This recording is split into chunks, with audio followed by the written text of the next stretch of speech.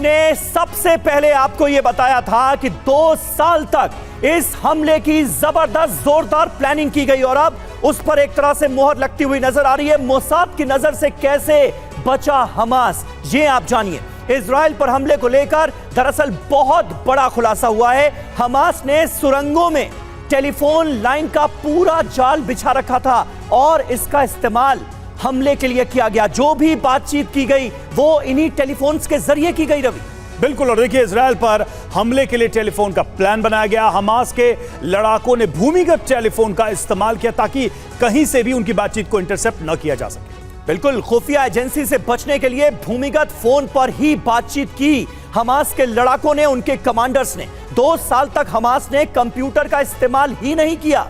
America से साझा की गई खुफिया जानकारी से ये बड़ा खुलासा हुआ है। रवि बिल्कुल चतुर्वेदी सर, ये जो टेक्निक इस्तेमाल की गई है हालांकि पुराना तरीका है लेकिन ये सिक्योर है। और अब सवाल ये उठता है कि इतनी लंबी इतनी बड़ी प्लानिंग न CIA को खबर मिली, न मोसाद को खबर मिली, न दूसरे किसी एजेंसी को खबर मिली। इसका मतलब है कि इनको अंदाजा था कि जो कुछ भी ये कर रहे हैं वो फुल प्रूफ है और वो उसमें सफल होंगे, सफल हुए भी। रवि, बहुत सही कहा आपने। मोसाद एक बहुत ही विश्व प्रसिद्ध इंटेलिजेंस एजेंसी है और बहुत ऑपरेशनली इफेक्टिव एजेंसी है, लेकिन उसकी इनविंसिबिलिटी को जरूर एक आंच लगी है।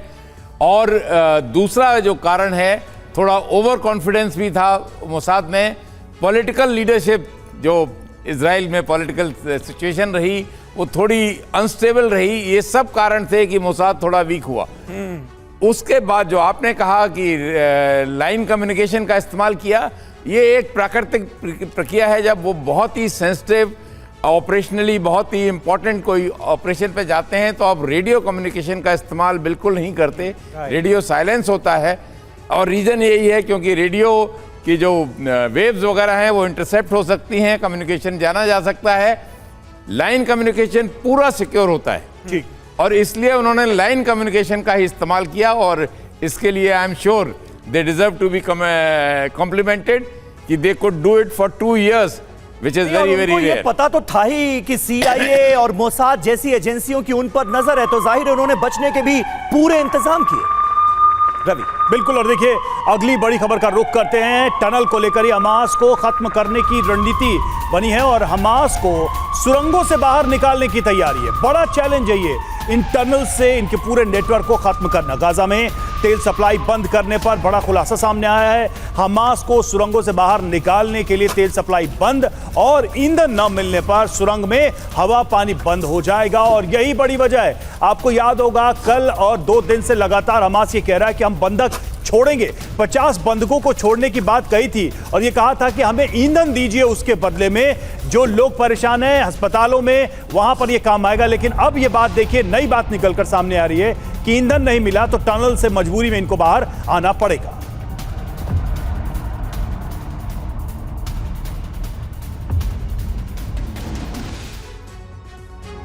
तो देखिए ये एक बहुत बड़ा चैलेंज है, बहुत बड़ी चुनौती है कि हमास के पाताल लोक से कैसे हमास के लड़ाकों को बाहर निकाला जाए और इसी के लिए यह प्लान बनाया गया। बिना ईंधन भस्म करने की तैयारी है हमास के लड़ाकों को। इजराइल की रणनीति देखिए है क्या, गाजा में ईंधन सप्लाई बंद कर दी जाए, बिजली सप्लाई को पूरी तरह से ठप कर दिया जाए। इस स्ट्रैटेजी पर फिलहाल इजराइल काम करता हुआ नजर आ रहा है। सुरंगों में हवा पानी नहीं पहुंचेगा, बिना हवा पानी के अंदर रहना नामुमकिन हो जाएगा, मुश्किल हो जाएगा। हमास लड़ाके बाहर निकलेंगे, सुरंग के संचालन के लिए ईंधन की जरूरत होती। जरूरी बात इजराइल सुरक्षा अधिकारी के हवाले से यह खुलासा हुआ है। ईंधन बंद करने के पीछे बेंजामिन नेतन्याहू की रणनीति है। हमास के लड़ाकों के खात्मे की यह एक बड़ी कोशिश की जा रही है। अब आप देखिए इसमें जरूरी बात क्या है। हमास लड़ाकों को खत्म करने की यह बड़ी कोशिश क्या अपने आप में सफल हो पाएगी या फिर इसका भी कहीं कोई तोड़ तो हमास ने निकाल नहीं रखा है, पहले से इसकी तैयारी तो नहीं कर रखी है। यह सवाल भी जहन में आता है। आखिर हमास को ईंधन देने से इनकार क्यों कर रहा है इजराइल?